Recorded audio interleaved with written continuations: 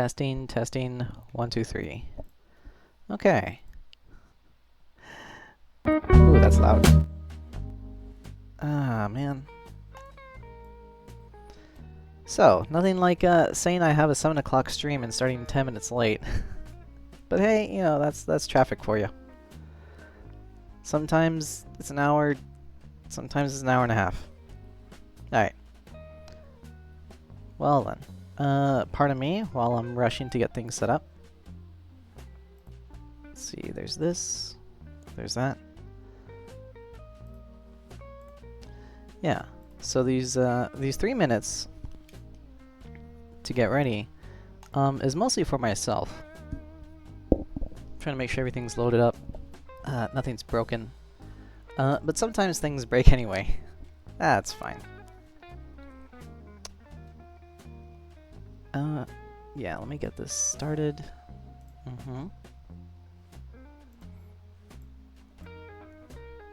Oh, okay. Okay, this is working.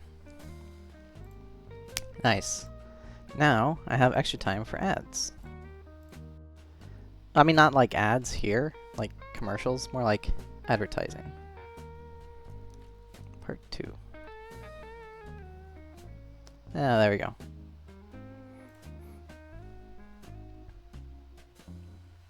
Alright, now please pardon me while I try to figure out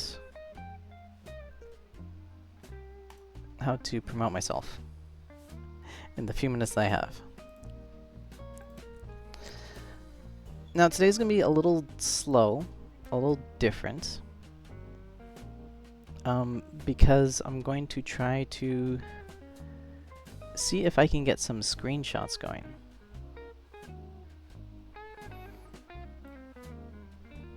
Screenshots of content that's not my own, because I was thinking about how to talk about a subject in which I know of, but I'm not a subject matter expert. So, what I think, part 2. So what I think I'll do is that I will directly reference the source of knowledge that I have learned from, and give proper credit to the person, to the guy. I think that'd be nice. Now it's not going to be quite like a React or Let's Watch, although it could be, I suppose. Am I doing this right? Oh, I hope I am.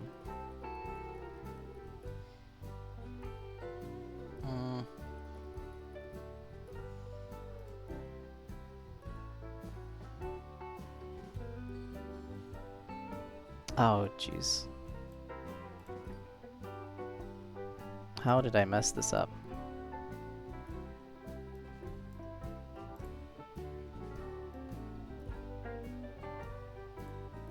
Yep. I don't know how I messed it up. Okay. And is the stream starting? Oh, it already started. Okay. Well, I guess here I go. So much for that promotion. Yeah, so today's lesson is gonna be on Deck Building Math Part 2, and it should probably help if I write that out. Sorry for the flickering. I haven't figured out how to fix that quite yet. Deck Building Math Part 2. So last week it was kind of I guess more of the really general knowledge, general ideas and concepts, such as well, not said explicitly, but things like deck thinning, right?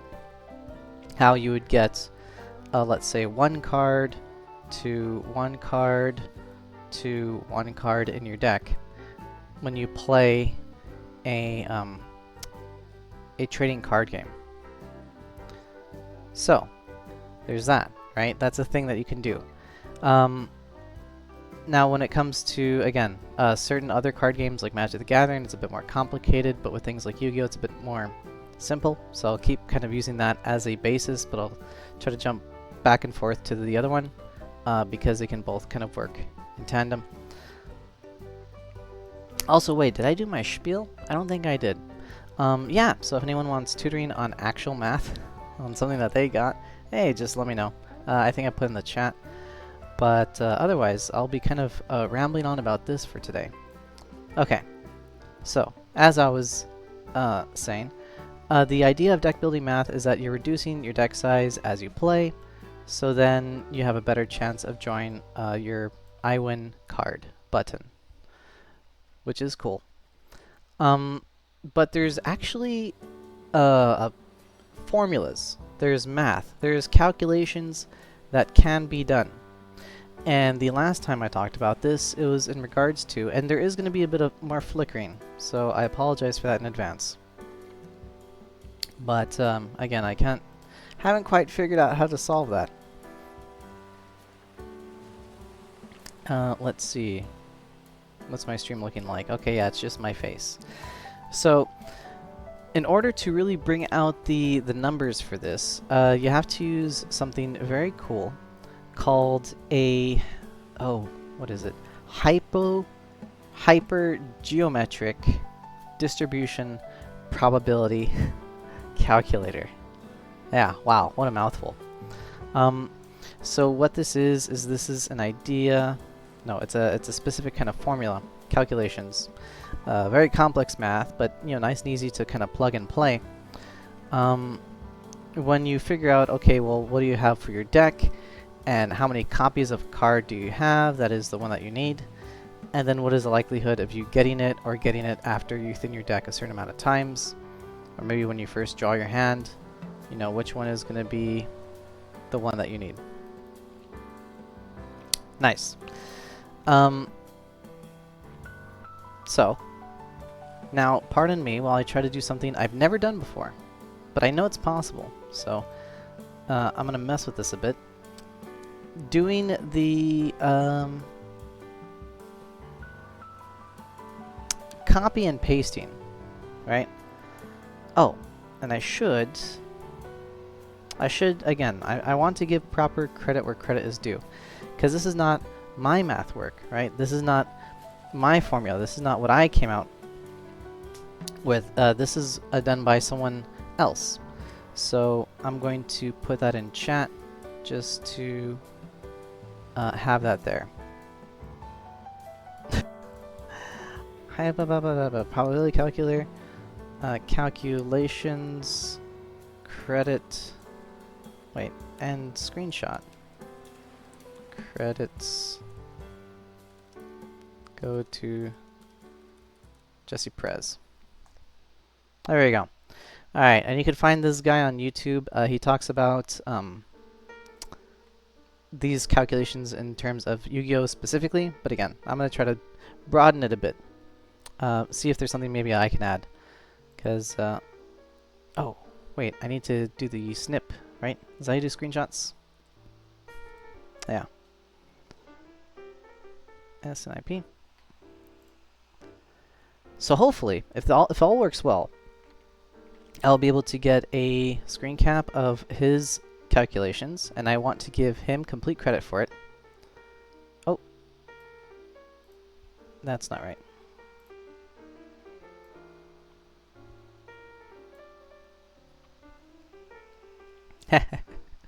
Okay, I didn't mean to get such a silly picture, but I mean, hey, it is what it is, right?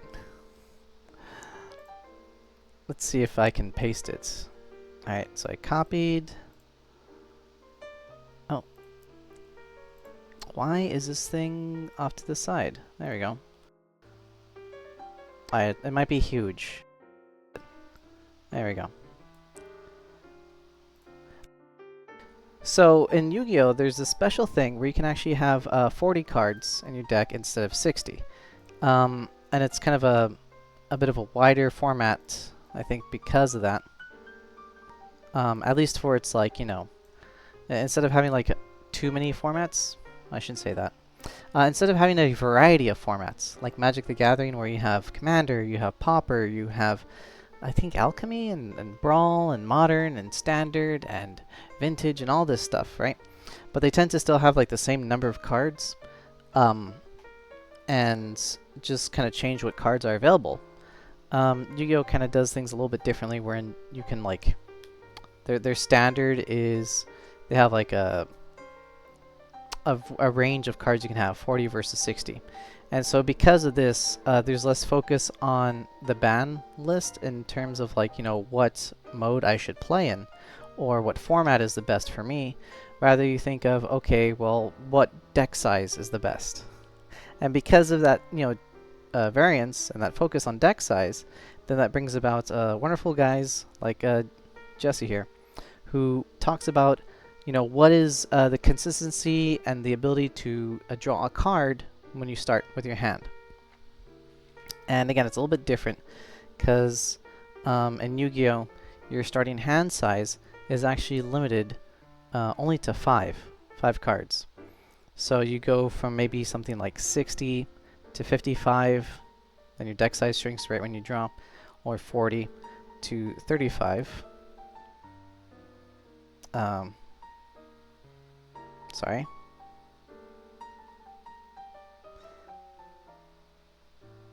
Okay, yeah, double checking. And then for Magic the Gathering, it's 7. So you would go from like, let's say, I should probably join this out, 60 cards to 53, or 100 cards to 93. Now, because both Magic and Yu-Gi-Oh, you can have 60 size cards, we're going to start with this. Because the formula is a bit more easier that way, and the numbers are a bit nicer to work with. So assuming you have a 60 card deck, and you draw 7 or 5 cards, right? Here it's Yu-Gi-Oh, so it's 5. He's talking about what is the consistency of the cards that you need to start popping up with, right? In Magic the Gathering, this would be something like, I suppose mana would be the equivalent. And Yu-Gi-Oh would be the card that you chain from one to another. So, bam, bam. Oh wait, I already drew that example. I can just scoot over here. So, this would be something like a sack land to a shock land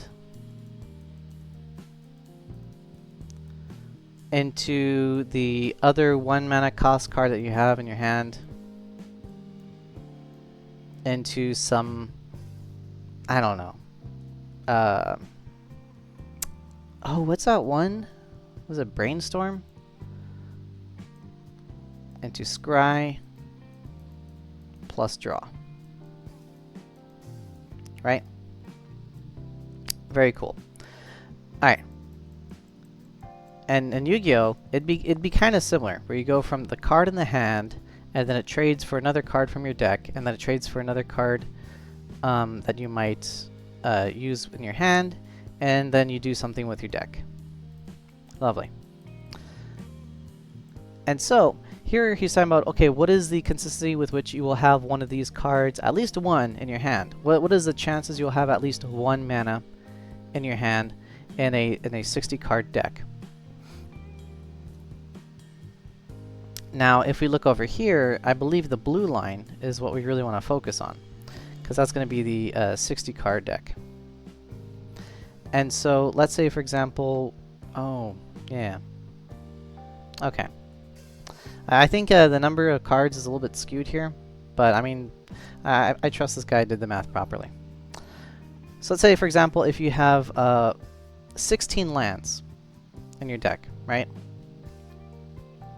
If you have 16, then there is about an 80% chance that you'll have at least 1 land in your hand, which kind of matches up, because as I understand, a lot of people talk about something like anywhere between 14 to 20 lands in your deck, right? And to actually have the numbers, if you were to have, let's say, Whoops, that is not what I wanted to do. Oh, I messed this up. How do I grab this thing? Oh boy. There it is. Okay, so if you have something like 14 lands in your deck, then you only have a 75% chance. But if you have something like 20 lands in your deck, then that goes all the way to about 85%. And so 80% is kind of like the sweet spot in the middle. Now, of course, why don't people just run more lands, right? As a starter? That's a perfectly fair question. Because if anyone's played Magic the Gathering... Oh, shoot, sorry. I forgot I have something up.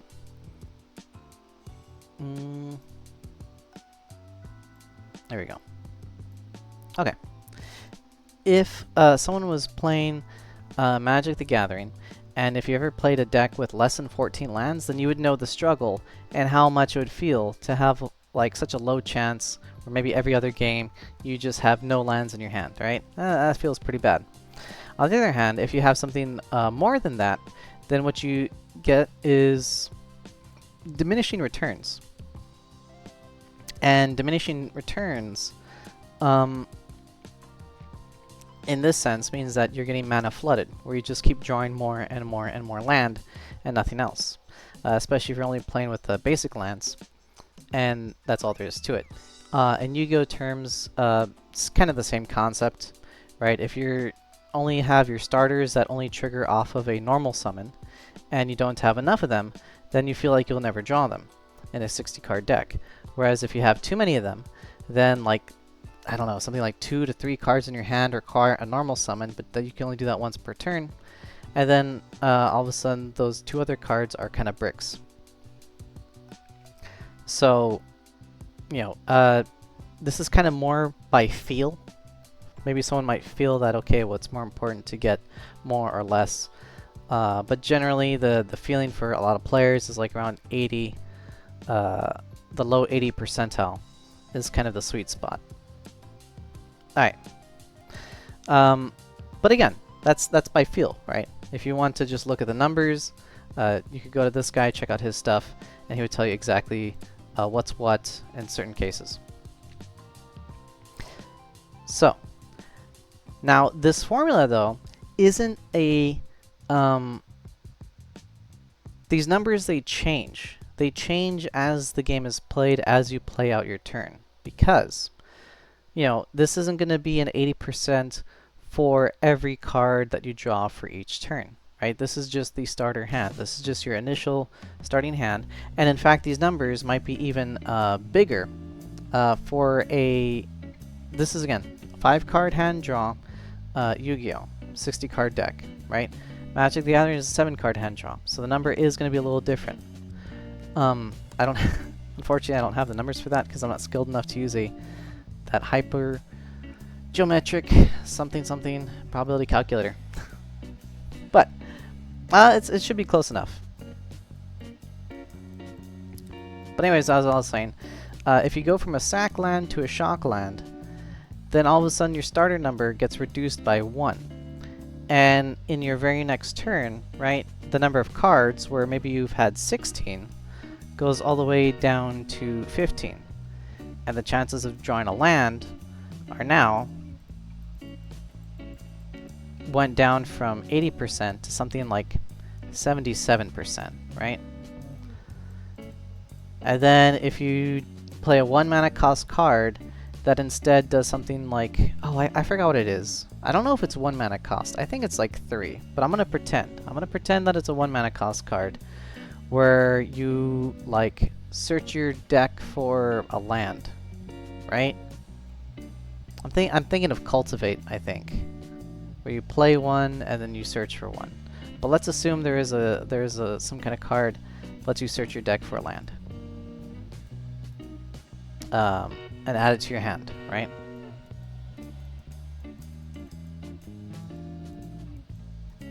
Okay.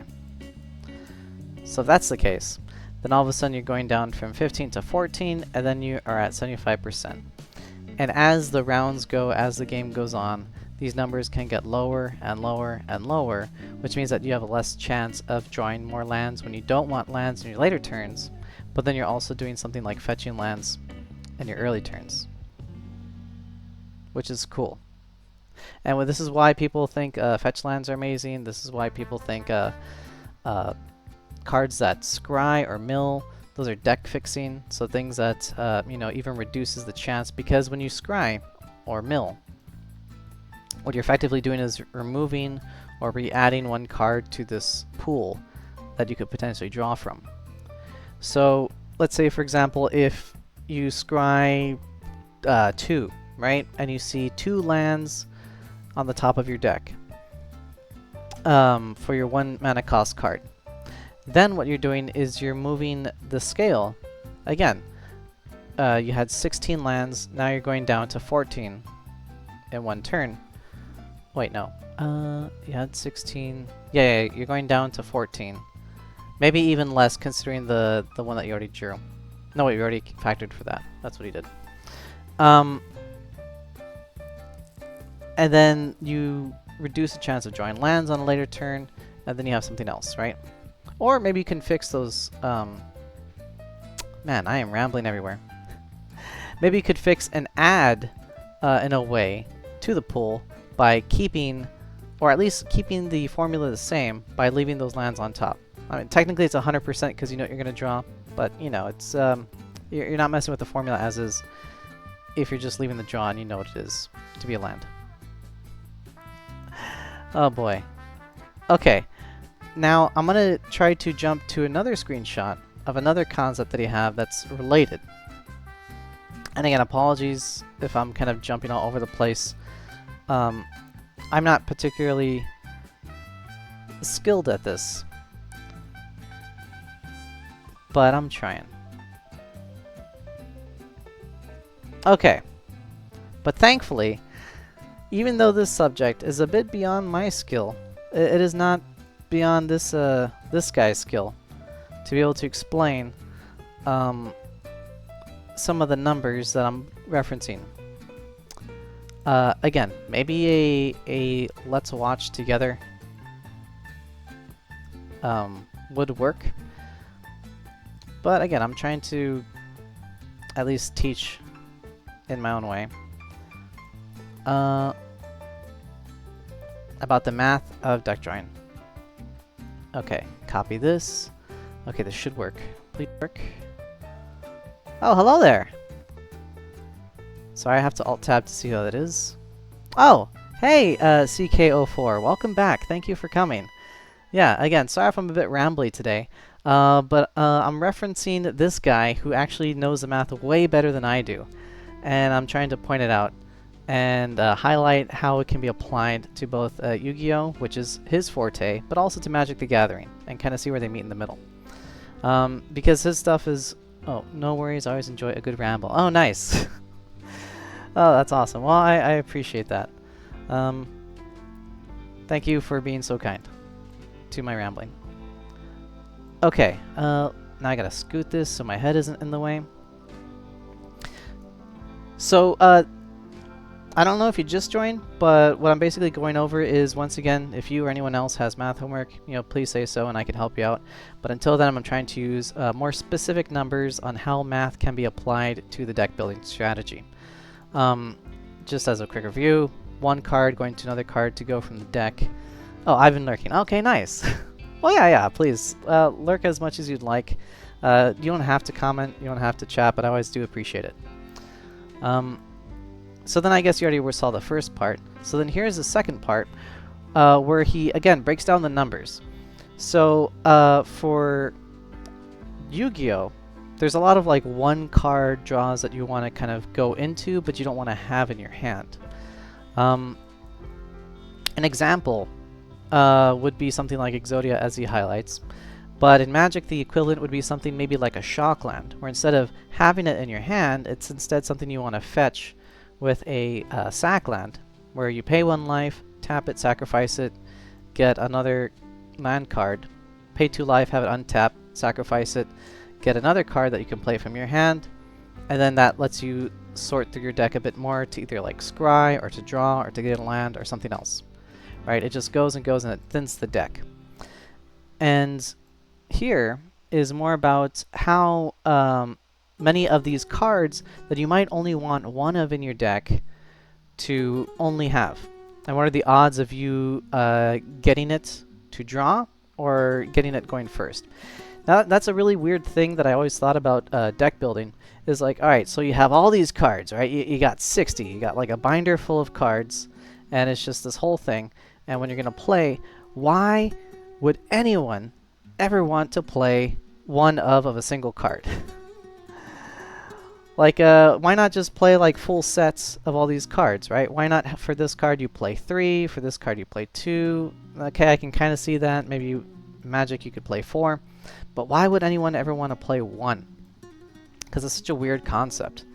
But in Yu-Gi-Oh! At least, there is archetypes where you can go from one card to another. So, as a subpar example, right? There's this card called Skull Servant, where it is this weak little skeleton dude who you would have in your deck, and he's just one of the weakest creatures in the game, right? I think he only has like 300 attack, 0 defense. In Magic the Gathering terms, I think you'd consider him almost like a 0/1, right?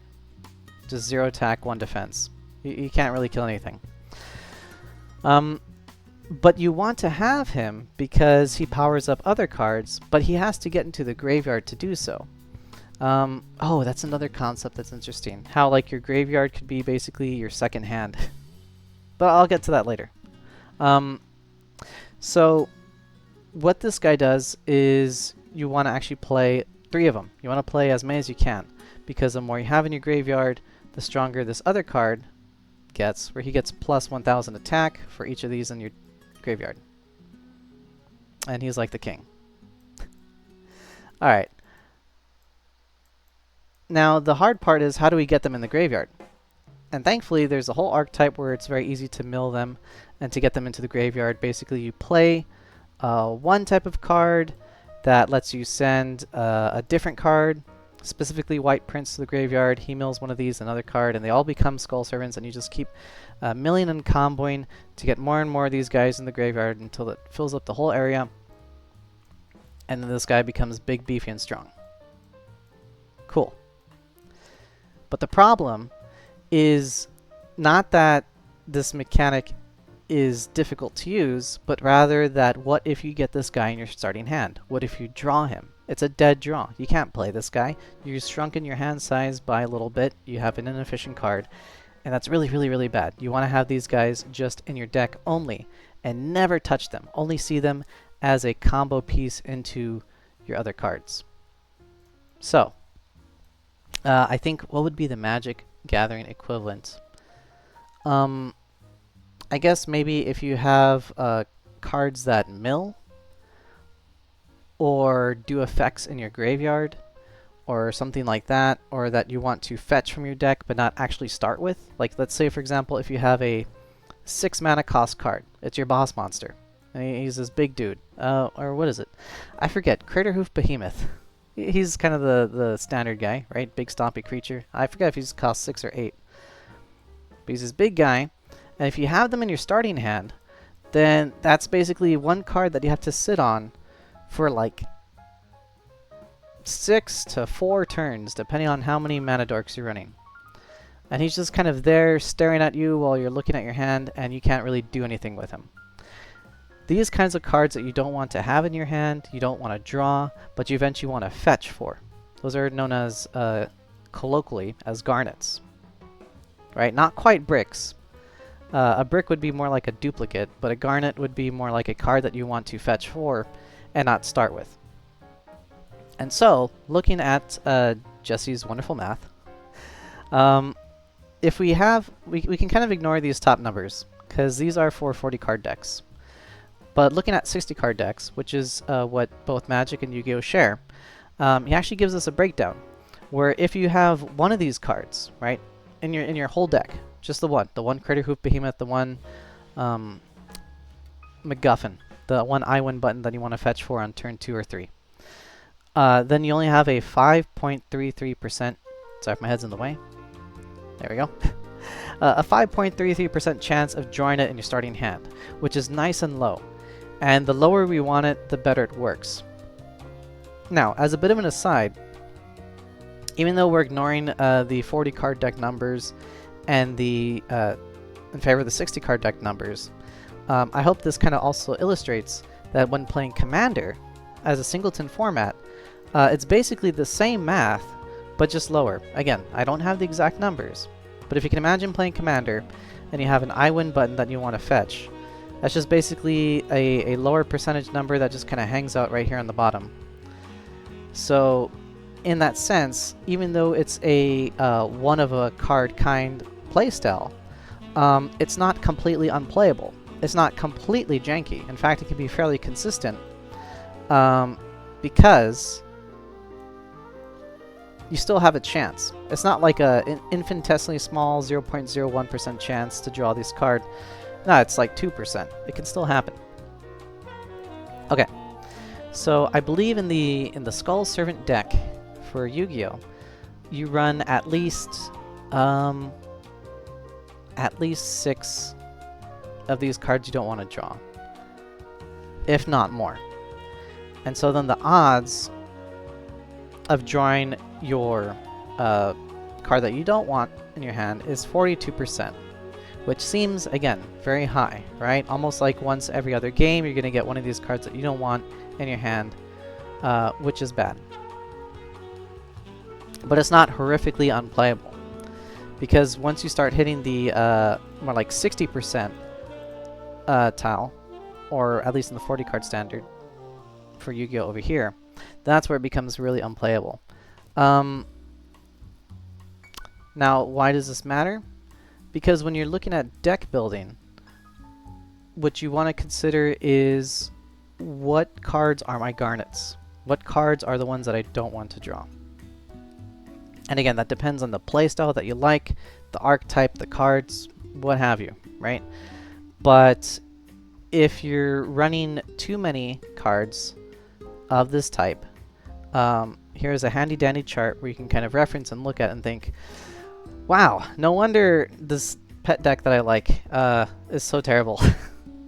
It just bricks all the time. Half the time, specifically, 42%. But again, these numbers can be reduced by just playing a higher number deck. So, like I myself, I play Skull Servants. And so that's why I run it with 60 cards and not 40. Even though all my friends try to convince me, oh yeah, you need to run 40, because that way you're more consistent, you get better cards. But I try to explain, no. Like, it's very bricky. There's a lot of cards I don't want in my hand that I need to keep in the deck. And then I kind of, you know what, have I shown them this chart? I don't think I have. Maybe I should. These are basically pulling out the receipts and saying, like, yeah, this guy did the math and he showed exactly why, and here are the numbers. I don't know if that'll convince them, because they go with their gut, believe in the heart of the cards a bit too much. But yeah, that's a thing. And I'm going to go back, and just kind of a heads up, a lot of what I'm going to be doing today is kind of just copy-pasting this guy's math numbers and try to concise them, because, or I shouldn't say concise, try to compress them, because he brings up a lot of really good concepts that are very similar, but have been spread across multiple videos. And so I'm hoping to, at least for this part, kind of shrink them a bit and have it as a, I shouldn't say, have it as a thing. I'll put it that way. I'll have it as a thing. My own spin on this, my own interpretation on his research, I should say. You know what? We could even say it's peer review. This is my peer review on his numbers. But it's but you know, if I was to actually peer review, I think it'd just be kind of like a bunch of nodding and just saying, yeah, I agree with that. Sounds about right. So not quite. More like a peer analysis, I guess.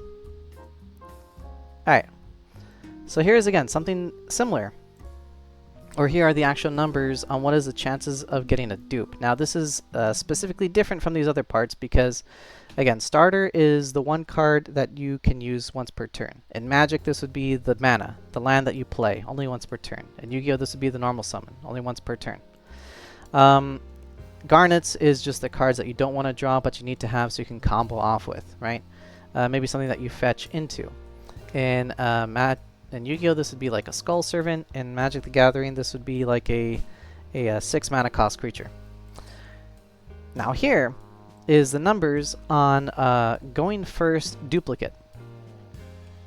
And in my past session, this was more of an issue again for Yu-Gi-Oh because you only have 5 cards in hand, and in Magic the Gathering you have 7. Now these numbers kind of line up, but they're not exactly perfect. And the reason why is oh shoot, let me see if I can find it.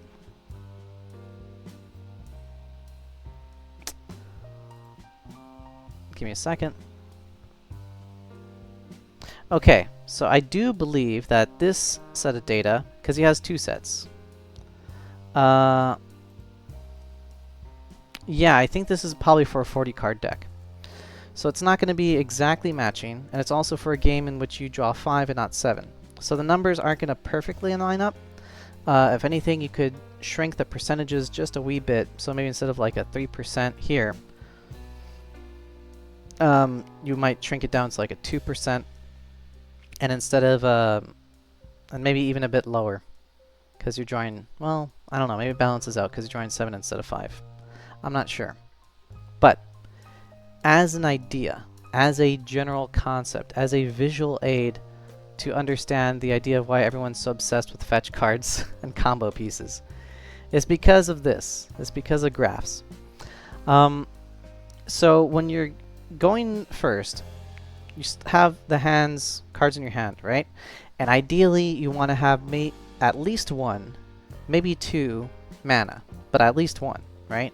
But you don't want like 4. You don't want 5 mana. In Yu-Gi-Oh, you want at least 1 normal summon. You don't want like a bunch, right?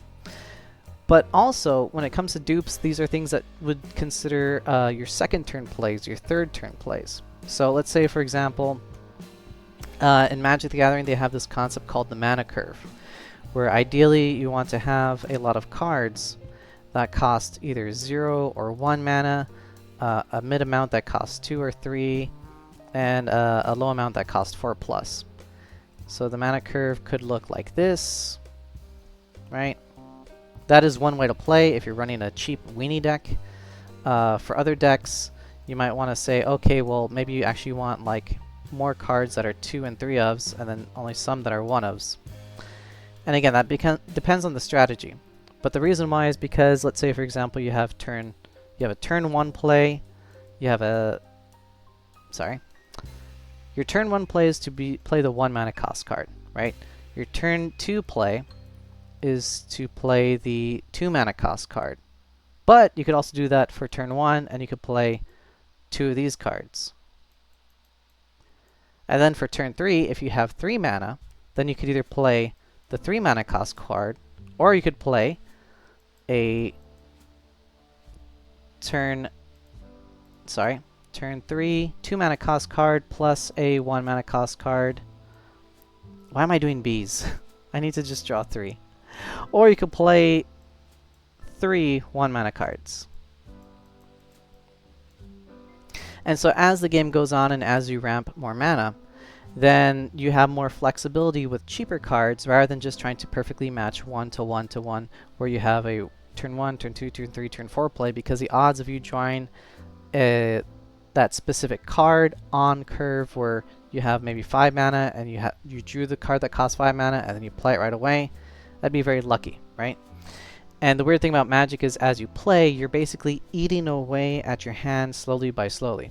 So you're going from 7 cards to playing 1 mana to playing your 1 mana cost creature. Then you draw 1, but then you play a land, and then you play a 2 mana cost card. And then you draw 1, and then you play a land, and you play a 1 mana cost card, and then a 2-mana cost card. So then, if you kind of look at this effect where your deck is, going down and up, down and up, down and up, but you're spending more than you're getting. If you do this kind of play where it's turn 1, turn 2, turn 3, you're already down to 2 cards in your hand by turn 3. Now, maybe that's fine, right? Maybe that works perfectly. Maybe your deck has a strat, and this is the optimal play, and you have the board set up, everything's locked down. That's fantastic. Hey, good for you, right? However, if your opponent's doing something like Thoughtseize or some kind of hand-ripping effect or some kind of counter spells, then really what you're doing is you're shrinking your hand with no effect, and then by turn 3, they've countered 2 or 3 times, and then you just have 2 cards left to play with. Probably not so good. And that's why that's why blues usually looked frowned down upon, because it just stops everyone from building up their deck. But in Yu-Gi-Oh, this is almost expected, right? This is kind of the strat where in a weird way everyone's almost a blue player because you only have 5 cards in hand, and then the more disruption, hand traps, counters, whatever. Again, hand traps are kind of like force of will. So you're able to shrink their turn 1 play into a... they lose 1 card, you lose 1 card, right? But if they have a duplicate, then they actually only have 3 cards left. So, anyways, enough about that rambling. The reason why dupes are bad is because in Yu-Gi-Oh, if you have a duplicate that you cannot play and is a once per turn, and it gets countered, then you have not only 4 cards in your hand, but more like 3. And in Magic the Gathering, if you have duplicates, that basically means mana flooding, or the opposite. Mana screwing is a technical term, where you have no lands. And so, if we look at the numbers just a wee bit, although we should have probably been doing this the whole time, let's say, for example, you have duplicates of the same kind of card, right? It doesn't have to... again, sometimes it's good where, let's say, for example, if you're playing lands, maybe you want duplicates. But if you're playing a card that you can only use once per turn, and it doesn't have like a deck thinning effect, and it's just maybe playing like a monster that doesn't have an on-field effect, just like a defender. Oh no, wait, that could be good though. How do I phrase this in a negative light? How do I stop being positive for a second? Let me think. Going first dupe, how would that be bad? Yeah, it's just basically once per turn stuff.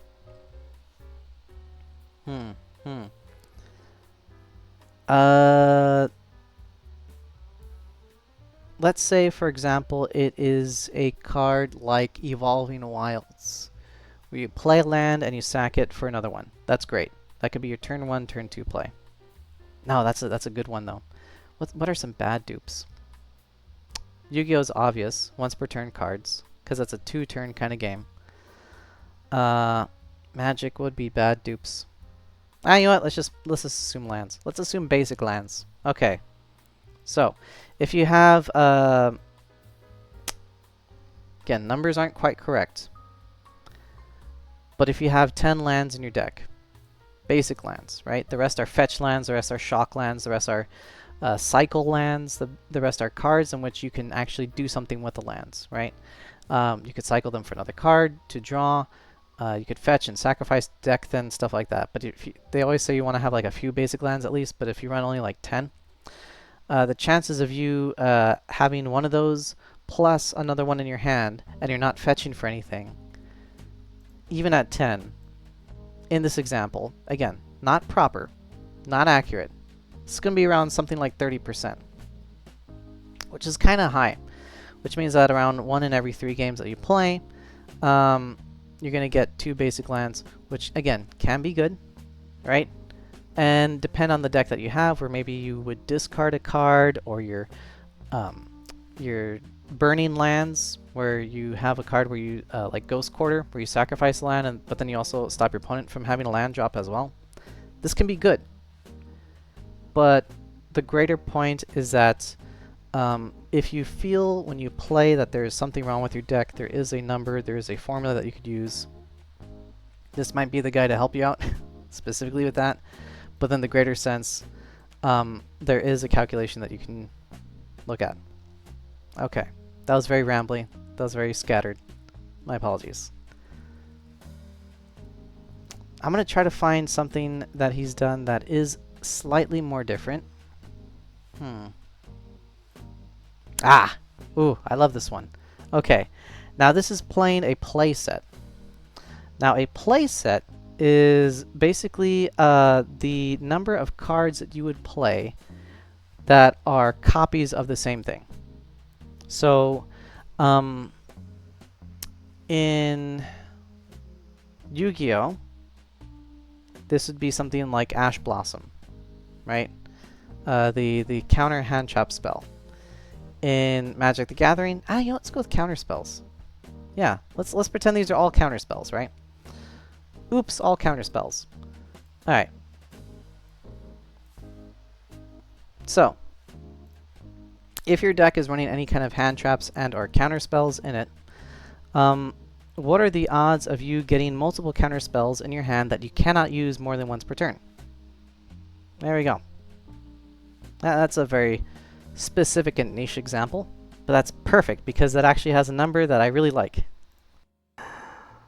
Alright. Let's see if I could shrink this stuff a bit. There it is. Alright, so this number actually does account for 60 size card decks, thankfully. And what he's saying here is that if you want to have a counter spell in your deck and you're running a 60 card deck, what are the odds of you having this in your hand? These number of spells, right? Now, I'm going to pretend these are all Ash Blossoms, okay? And Yu-Gi-Oh! But I'll also get to a Magic the Gathering example shortly. So if you have one Ash Blossom, one hand trap in your hand, the odds of getting that if you only have one in your whole deck, right? If you only have, if you play 3 Ash Blossoms, 3 counter spells in your deck, the odds of you getting it in your starting hand is about 21%, at least one, right? But then you also have like a 1.61% chance of having 2 and a 0.03% chance of drawing all 3. Okay, now if you only have 2 of these cards in your entire deck, then the odds of you having it in your starting hand is about 15%. I think maybe red would show better. There we go, 15%. Yeah. And then the odds of having 2 in your starting hand is 0.5%, right? And technically the odds of having 3 in your hand is 0% because you only have 2 in your deck. And then if you only have one of these cards, there's an 8% chance in a 60 card deck with a 5-hand draw. So the Yu-Gi-Oh! Example is that Magic, I guess it'd be like mulligan down to 5, but you only have 1 card in your hand, then it'd be an 8.33% chance of having this counter spell. Now the reason why this is important is because you could see that sometimes it might seem, oh wow, this is great. Yeah, I definitely want to play as many cards as I can, right, of this type that I have. So maybe I do want a full play set. In Magic, you could probably run up to 4. So maybe this number wouldn't be like 21, maybe it'd be like something like 45% chance, something ridiculous, of it showing up in your starting hand if you run a 4 set of cards in a 60 card deck. Cool. However, another thing to consider is what if I just basically have the same type of card? So, in Yu-Gi-Oh! There is a bunch of hand traps that kind of have the same effect where it is counter this spell, play it from your hand, right? But then if you have a bunch of different cards that you can use, counter this spell, play it from your hand, and they are all very niche, that's considered very good. In Magic though, if you have, let's say, something like, I forgot what it's called, but it's the 1 mana counter spell that, like, if it's 3 CMC or less, right? And you play a full set of, let's say 3, not a full set. If you play a set of 3 and you mold again to 5, because I want to keep these numbers the same, then you have a 21% chance of having it in your hand, roughly. But then if your deck is also running other counter spells, like let's say Mana Leak, which is I think one in a one in a teardrop, as my friend says. And you also run another counter spell called what was it called? I think it's called Remand, where it bounces it back to their deck. Now you can only play functionally, you can only play one of these once per turn for the first 3-ish turns, right? Maybe you want to play this card during your first turn, technically on your opponent's turn, but after you play a mana land. So play a land, pass, even if you're the first player or the second player, right? Turn 2, you got this one. Turn 3, you got this one. But that's only one counter spell per play. And then if you, I guess, maybe hold on to the first counter spell, then maybe for turn 3 you could do like one of these, if you assuming you have 3 mana, right? Cool. But that also means that the numbers change, where basically you're not just drawing duplicates, all you're doing is drawing counter spells, and you're not actually getting to play anything. Now, if you're lucky, I don't know the meta, right? But if there's ways in which you could counterspell and tutor, counterspell and fetch, counterspell and deck thin, I believe that's called control decks, and that would work pretty nicely. Although, as I understand, a lot of control decks now not only control from the field with counterspells, but also from the graveyard with cards that exile, and also from the hand with cards that hand rip, like Thoughtseize, and cards like, I don't know, oh, what's another kind? And cards that mill from the deck, like a Lantern Control. Control decks in Magic are much more involved than in Yu-Gi-Oh! Because in Yu-Gi-Oh! It's more like you counter the plays from the hand and on the field, whereas Magic you can counter from the hand, field, graveyard, and then also the hand itself, right? Like not just playing from the hand, but also like, you know, the number of cards you have in your hand. Anyways, going back to this. This can seem good. This can seem deceptively good. However, I accidentally used a good example. I accidentally used a good example where each of these was a different kind of counterspell. And that's actually what you want to use, because they each have their own purpose in the game. Where here, you could stop their initial play to snowball. For Remand, you might want to use it for a card where that's a big mana cost. So then not only do you have to draw it again, but they're going to waste another turn just dumping all their mana into it. And then Mana Leak is kind of like a mid-turn, kind of something you want to play in the mid-game, where they don't have enough mana to really pay for the cost of it. And in Yu-Gi-Oh!, the good example, well again, and the reason why I say that's a good example, because what if these were all 3 copies of the same card, right?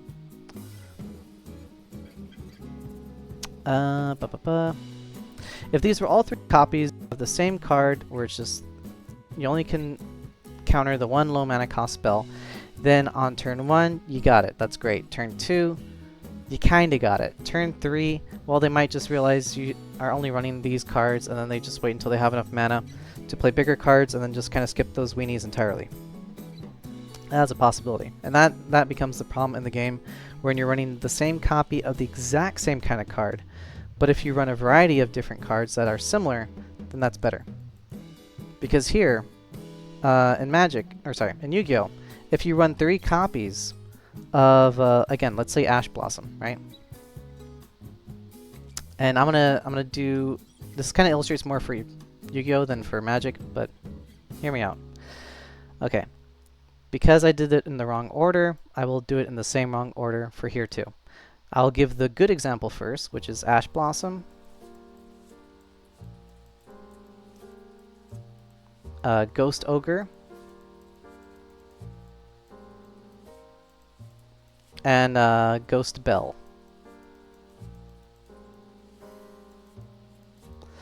So, the reason why it is better to run a variety of cards that are very similar, but are not exactly the same, is because if you run each of these, they each do different effects. This counters a card that pulls from the deck, so a tutoring spell. This destroys a field on the spell that activates effect, so it's board clear. And this counters something that has recursion from the graveyard. And they're each once per turn, and you can play them all on the same turn if your opponent does one of these each effects, which they often do. However, if you run 3 Ash Blossoms, then you can only use the counter a tutoring spell once, and that's it.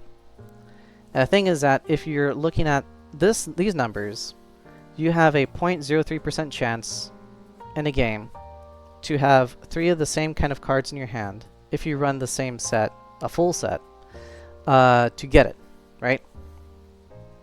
And if you run 2 of Ash Blossoms, you have a 1.21% chance to... sorry, if you run 3 Ash Blossoms again, you have a 1.61% chance of drawing 2 in your hand, which is still bad.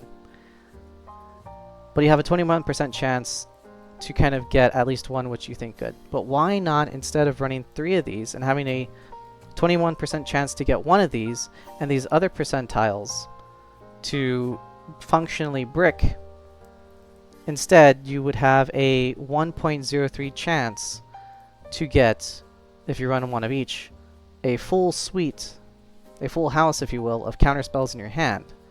Or you have a 1% chance to get 2 counter spells in your hand, or a 21% chance to get at least 1 counter spell in your hand. And that's running each of these as a one of instead of running a full playset. Because when you run a one of card, there is an 8% chance in a 60 card deck with a 5 card draw, so mulligan down to 5. And it becomes a higher percentage once you have 7 card decks in Magic the Gathering, so probably like a 10% chance of playing a match where you at least get this one of card as a one of. So even though it's really weird to run a card that's a one of, even though it seems bizarre, not only is it for the garnet effect so you don't draw it, but if you run a one ofs of cards that are similar but are not the exact same card and that you can play in a variety of different situations and have a variety of different counters, then that's far better. Because you have a 0% chance of bricking by drawing 2 or 3 of them. And you only have the 8% chance of drawing at least 1, and it gets higher and higher the more similar types of cards you have. But it can still play more than once per turn. Okay. Whew. That was very rambly. I hope that kind of made sense. Again, I just wanted to try to put numbers down to these theories that people have in their minds of, well, this kind of makes sense that if I run less of this card and more of this kind, then this is either good or bad.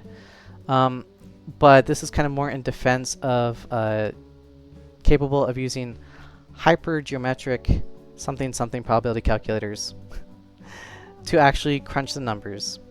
This guy, not me, he does it, and he does it very well, but it's only for Yu-Gi-Oh! But also, he presents interesting ideas of, what if you do more one-ofs? What if more decks were more like Commander and less like Modern or Standard or Vintage?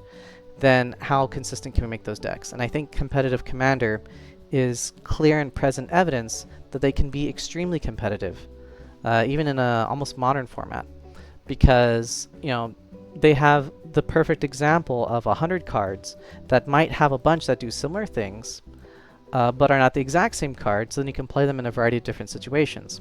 And the fact that, there are these different ones doesn't really matter, because Magic the Gathering is moving more towards the Yu-Gi-Oh! Format, wherein you can kind of tutor into those cards. So having one-ofs just lets you tutor into a tutor into a tutor until you get the I win button. Okay, so, again, a little bit of the wonky math. Sorry if it wasn't like perfectly clear, but I hope this kind of helps point out how this works, why this works, and that you can use math not only in money, not only in calculating, scheduling, but also in fun things like deck building and trading card games. That's part of the appeal, I like to think. All right, and with that, I think I'm gonna head out for the night, and next week and the next 2 weeks, I hope I'm pretty sure. I have someone scheduled to actually tutor. So he'll be here, and I'll be helping him out. So technically, if anyone wants to tutor in chat during those next 2 weeks forward, I won't be able to because I already have someone scheduled. But during that time, if someone wants to come by and schedule something in the future, or even on the weekends, yeah, please let me know and I'll try to help out. Whew. Okay, there we go. Another day, another hour. Alright, and with that, I think I will say goodnight. Thank you for coming, CKO4, and anyone else who's lurking. I always appreciate you coming by. Yeah, I'll be here every week. Glad to ramble. But yeah, once again, thank you for thanking me, and have a good night.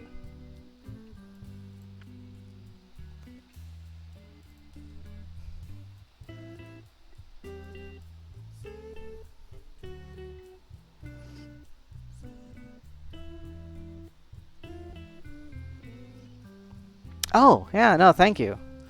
Yeah, no, I try to make it look like a, I don't know, like a room. Not quite like a classroom, but you know. Like there's an outside view, there's an inside view.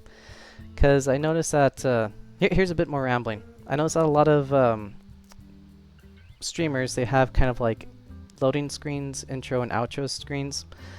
And they're very detailed. They have a lot of details in them, but I wanted to do something that was more simple, something that, you know, when you look at from the Twitch screen, where you just have all these little snippets of people and their setups. Sometimes it's kind of hard to distinguish, okay, well, what's all this? The text is too small, stuff like that. I wanted to have something very kind of clear, very simple, very clean. And that way it kind of stands out from the rest, at least when you're looking from the Twitch viewer, when you're looking at channels to like sort and search through. So there's that. Yeah. So yeah, I just wanted to kind of have it like simple and clean.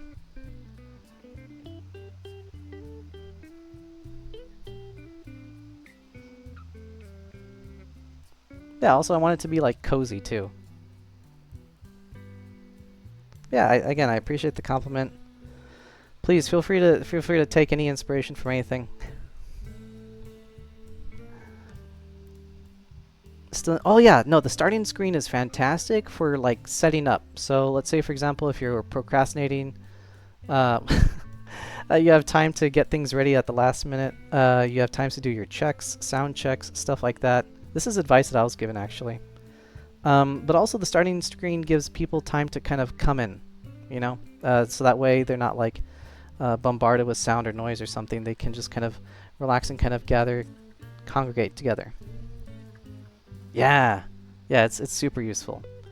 And again, the outro screen is kind of to let people know that, you know, hey, the main thing's done, but if you still want to chat, I'm still here.